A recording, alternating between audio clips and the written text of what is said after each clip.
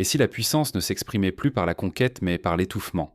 Rue après rue, centrale après centrale, une nouvelle forme de victoire s'impose, celle qui coupe le souffle à tout un pays. Imaginez un conflit où la force de frappe ne cherche plus à avancer sur le front, mais à faire taire l'électricité, à bloquer les trains, à faire plonger les villes dans la nuit. Depuis plusieurs jours, l'Ukraine subit des frappes minutieusement coordonnées sur ses réseaux énergétiques et logistiques. Les centrales, les sous-stations, les voies d'eau ferrées, tout devient cible, sans répit ni pause. Partout, le feu éclate. Des explosions secouent les nuits, des régions entières basculant dans l'obscurité. Les coupures de courant se multiplient, l'eau ne coule plus, les transports s'immobilisent. C'est une onde de choc. La pénurie s'installe, la crise s'étend bien au-delà des dégâts visibles. Car l'objectif n'est plus seulement de détruire, mais d'asphyxier. Rendre la vie quotidienne impossible, épuiser les réserves, briser le rythme de l'État. Les usines s'arrêtent, réparer devient un défi, ravitailler les troupes, un casse-tête. Ce n'est plus une guerre de tranchées, mais une guerre de l'effondrement, silencieuse et méthodique. Ce qui se joue ici, le fonctionnement d'un pays tout entier. L'électricité, l'eau, la chaleur, la lumière, tout ce qui fait tenir une société menace de disparaître jour après jour. Comment résister quand chaque foyer, chaque enfant doit s'adapter à l'obscurité et au manque d'espoir? En frappant les points vitaux, cette stratégie teste la résilience collective, transforme l'incertitude en arme. Ce n'est plus une bataille de territoire, mais un siège moderne, sans murailles, mené avec une précision glaçante. La victoire se mesure désormais à la capacité de tenir, coûte que coûte, sans lumière, sans eau. Pour comprendre cette mutation du conflit, il faut revenir sur le terrain, là où chaque frappe redessine la guerre. Quels sont les ressorts invisibles de cette nouvelle stratégie? Pour le savoir, suivons la logique de ces frappes, au plus près de la ligne de front. Pourquoi la destruction des rails et des centrales pèse-t-elle désormais plus qu'une victoire sur le front? Depuis plusieurs semaines, l'Ukraine subit une pluie ininterrompue de frappes ciblées. Sous le hurlement des sirènes, les sous-stations électriques, les dépôts ferroviaires et les locomotives sont méthodiquement frappés. Après chaque explosion précise, un silence glacial s'installe. Là où il y avait vie, il ne reste qu'une obscurité pesante. À chaque attaque, une réaction en chaîne s'enclenche. Les équipes de réparation, épuisées, peinent à restaurer les installations détruites.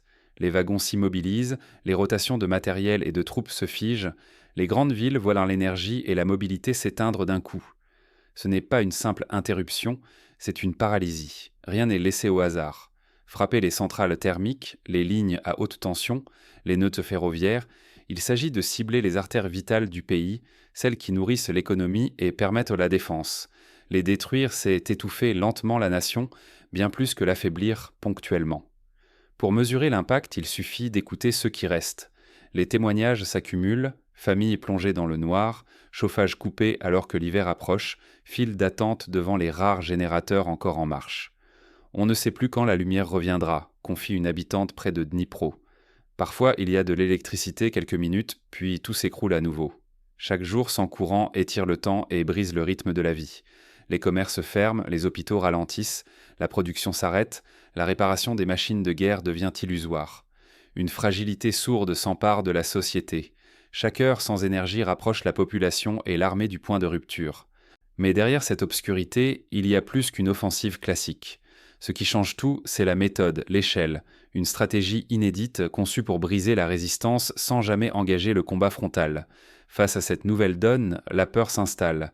La guerre se gagne désormais loin des tranchées, dans les coulisses où se joue la survie quotidienne.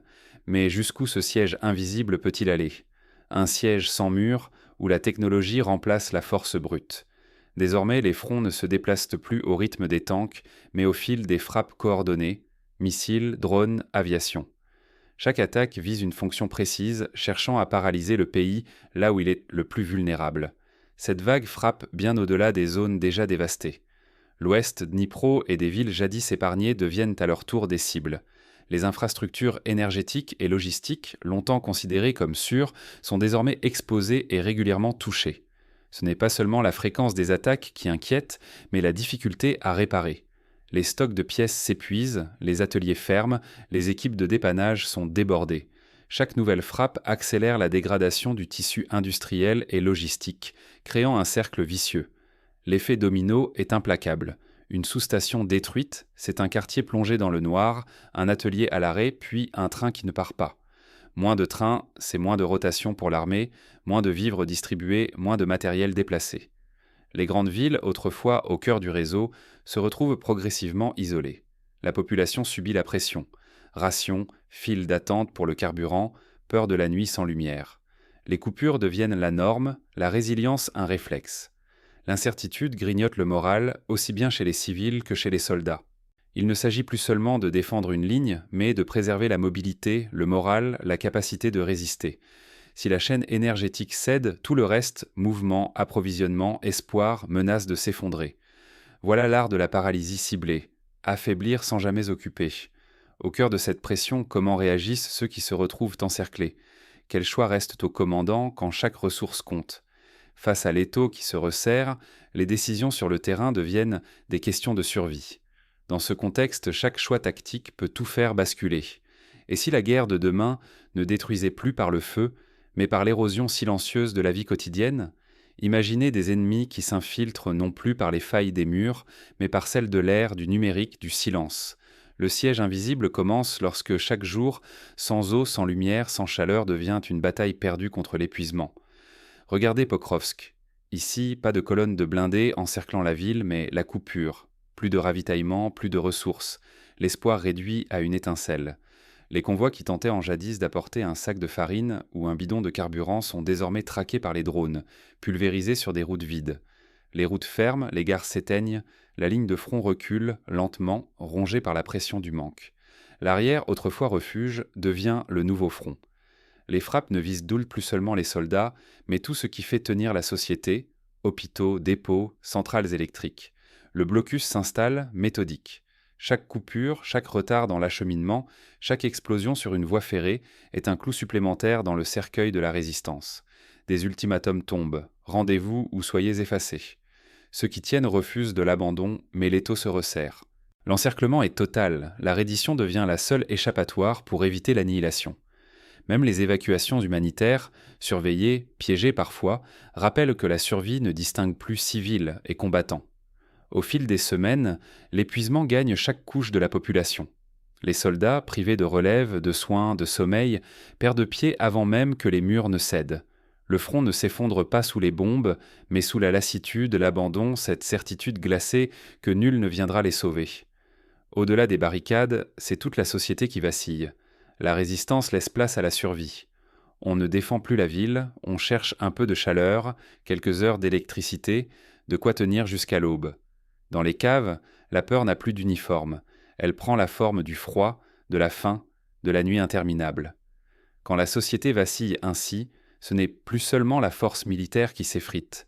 La réputation d'un pays, le courage de ses défenseurs, la cohésion sociale s'effondrent dès que disparaissent les conditions minimales pour vivre. La peur et la résignation s'installent et l'ennemi n'a plus besoin de franchir les murs. Il attend, il épuise, il observe la chute de ce qui semblait inébranlable la veille. Mais ce n'est pas la fin de l'histoire, car dans l'ombre de la défaite, une nouvelle forme de résilience commence à émerger. Peut-on vraiment s'habituer à survivre à la coupure ou apprendre à résister à un effondrement invisible? La question jadis théorique devient chaque jour plus urgente pour des millions de personnes plongées dans l'incertitude énergétique. Les frappes ciblées n'ont pas seulement détruit des installations, elles ont bouleversé la vie quotidienne, imposant une adaptation brutale face à une guerre d'usure silencieuse mais implacable. Le mot d'ordre désormais, c'est la résilience. Il ne s'agit plus seulement de courage individuel, mais de stratégie collective, économiser l'énergie, transformer les services publics, gérer chaque ressource comme si elle était la dernière. Les villes s'ajustent, délestage planifié, baisse radicale de la consommation, réseau d'entraide où chaque ampoule allumée, chaque litre d'eau, chaque minute d'électricité compte 2 fois. L'improvisation s'efface devant la discipline partagée. Les générateurs, les stocks de carburant, les réserves alimentaires et d'eau deviennent des trésors. Ceux qui avaient anticipé, qui disposent de groupes électrogènes ou de panneaux solaires, deviennent des piliers pour leur voisinage. Les réseaux alternatifs de distribution, parfois bricolés, parfois issus d'initiatives citoyennes, séparent l'isolement de la survie. Le stockage, longtemps négligé, redevient une obsession stratégique. Mais l'assaut ne se limite pas au matériel. Communication et information deviennent de véritables armes dans cette guerre moderne. Priver un quartier de courant, c'est aussi le plonger dans la confusion, couper les liens entre familles, rendre impossible la coordination. Dans chaque silence prolongé, la rumeur, la peur, la désinformation s'infiltrent. Les autorités et les médias doivent lutter pour maintenir un fil d'information, aussi ténu soit-il. Pour l'armée comme pour les civils, la notion de priorité change. L'endurance remplace l'héroïsme. Il ne suffit plus de tenir un jour, ni même une semaine, mais des mois. L'économie de chaque ressource, humaine, matérielle, morale, devient la clé. Il faut absorber les chocs, réparer dans l'ombre, inventer des solutions sans attendre l'aide venue d'ailleurs. C'est ainsi que se dessine le nouveau front intérieur. À mesure que les infrastructures s'effritent, la préparation communautaire s'impose. Immeubles, villages, quartiers créent des cellules de veille, partagent équipements et compétences. La débrouillardise devient collective, la solidarité s'organise, et chacun apprend à être éclaireur pour soi-même et pour les autres. L'union de ces petites résistances, additionnées, déplace la frontière de la rupture. Le temps devient la ressource la plus précieuse. Chaque heure sauvée, chaque jour gagné sur la panne totale, peut peser lourd sur l'issue du siège. Ceux qui s'adaptent le plus vite ne protègent non pas seulement leur confort, ils gagnent des semaines, voire des mois, parfois la victoire elle-même. Mais l'histoire ne s'arrête pas là, car derrière la survie se joue aussi une bataille pour l'espoir et la cohésion sociale. Dans la nuit, qui ose encore parier sur la lumière ? Ce que nous venons de voir n'est pas seulement une série d'attaques, c'est le visage d'une guerre froide, méthodique, où chaque coup cherche à user, à entamer les forces, jusqu'à la rupture. Plus que la destruction visible, c'est l'effritement du quotidien qui s'installe, lent, silencieux, implacable. Le rationnement d'électricité, l'eau qui se raréfie, les trains figés, les usines muettes. La précarité devient l'arme principale. Les murs restent debout, mais les fondations de la vie vacillent. Peu à peu, l'habitude cède la place à la peur, puis à la lassitude. Face à cette offensive sans visage, chaque ville, chaque famille se doit réapprendre à vivre avec l'incertitude. Nul ne sait si demain sera plus sombre qu'hier, si la coupure sera brève ou éternelle, si la solidarité suffira à contrer l'usure. Mais alors qui tiendra ? Ceux qui s'informent, qui s'organisent, qui anticipent, ou ceux qui espèrent simplement que le pire n'arrivera pas ? Car la crise avance à pas lents, grignotant la résistance jusqu'à l'épuisement. Fermer les yeux, c'est risquer d'être balayé sans comprendre comment. Nous sommes à un seuil. Comprendre ce qui se joue aujourd'hui en Ukraine, c'est saisir comment la guerre moderne redéfinit nos certitudes, bien au-delà des frontières. L'information, la technologie, la résilience, voilà les vraies lignes de défense. Dans la nuit, certains attendent. D'autres allument une bougie, refusant la fatalité. Survivre, c'est comprendre que la lumière ne vient pas toute seule. Il faut la défendre coûte que coûte. De l'Ukraine à toute l'Europe, sommes-nous prêts à affronter des menaces invisibles, capables de ronger ce que nous pensions inébranlable ? Sommes-nous prêts à voir la normalité changer de visage du jour au lendemain ? La question n'est plus de savoir combien de temps durera la nuit, mais qui saura lire les signes, s'adapter et tenir quand l'orage s'installe. Pour bien comprendre la portée de ces stratégies, il faut élargir notre regard et rappeler que l'histoire regorge d'exemples où l'asphyxie s'est substituée à la force brute. Remontons quelques décennies en arrière, lors du siège de Leningrad durant la Seconde Guerre mondiale. Pendant près de 900 jours, la ville fut privée de ravitaillement, de chauffage, de lumière. Ce siège n'a pas été marqué par l'assaut frontal, mais par la lente érosion des ressources vitales. Des centaines de milliers de civils ont succombé à la faim, au froid et à la maladie, bien plus qu'au bombardement. Le souvenir de Leningrad hante encore les réflexions stratégiques modernes. Priver d'énergie, c'est priver d'espoir, éroder la volonté de tenir. Plus récemment, la crise du Kosovo en 1999 a vu des frappes aériennes de l'OTAN cibler les infrastructures énergétiques serbes. Les coupures de courant, la destruction des lignes électriques et des ponts ont semé la panique, paralysé la logistique et sapé le moral. En Irak, entre 2003 et 2008, la destruction systématique des réseaux électriques a plongé Bagdad dans l'obscurité, rendant la vie quotidienne insoutenable et minant la confiance dans l'autorité centrale. À chaque fois, la même logique, l'énergie n'est pas seulement une commodité, c'est le socle de la vie moderne. Sans elle, tout s'arrête. Les transports, les communications, l'approvisionnement alimentaire, les soins médicaux deviennent des défis insurmontables. Cette vulnérabilité crée un effet psychologique qui dépasse le simple rationnement matériel. La peur de l'inconnu, l'angoisse du lendemain, la perte de repères. Les stratèges modernes l'ont bien compris, et cette guerre de l'ombre s'inscrit dans une tradition plus ancienne que l'on croit.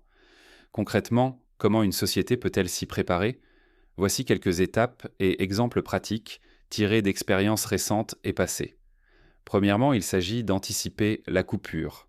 Les villes ukrainiennes ont mis en place des plans d'urgence d'économie d'énergie, réduisant l'éclairage public, fermant temporairement des écoles et réajustant les horaires de transport en commun pour limiter la consommation.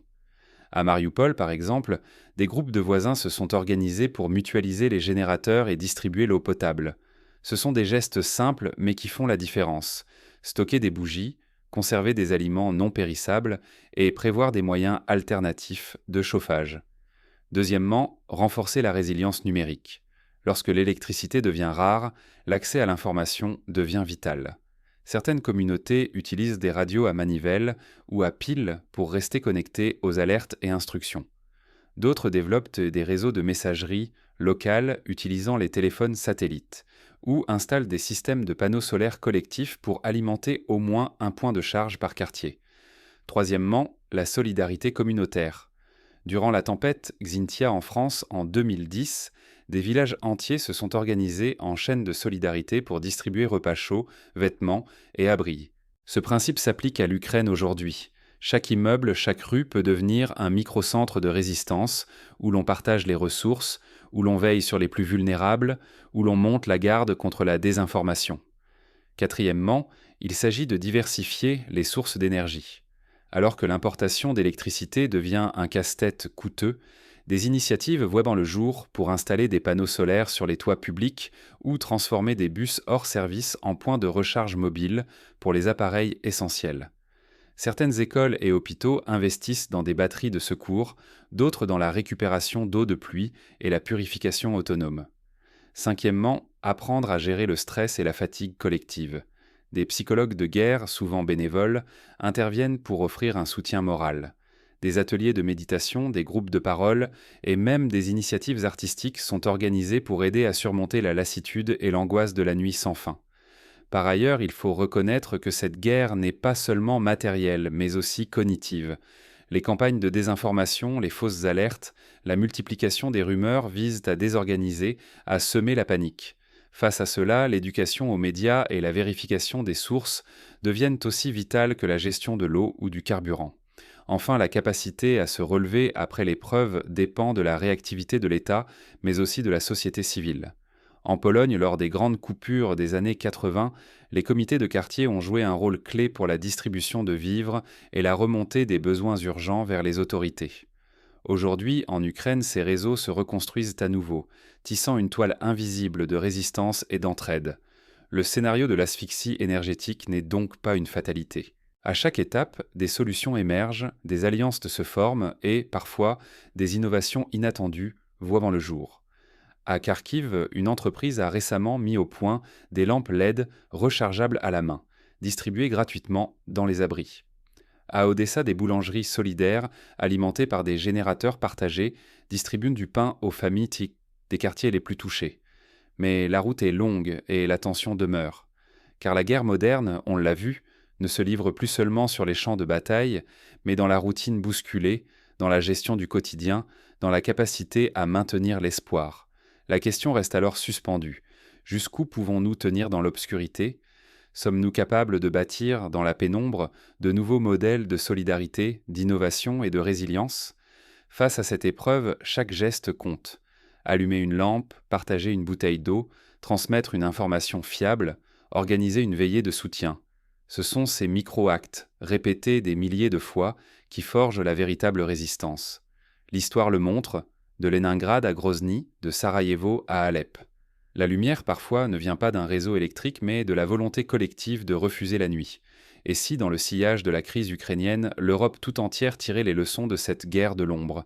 Si chaque ville, chaque pays investissait non seulement dans la défense matérielle, mais dans la préparation communautaire, la gestion de crise, la culture du partage et de la vérification de l'information.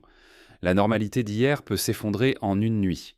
Mais la capacité d'adaptation, elle, se construit chaque jour. Alors, dans la nuit, qui tiendra la flamme ?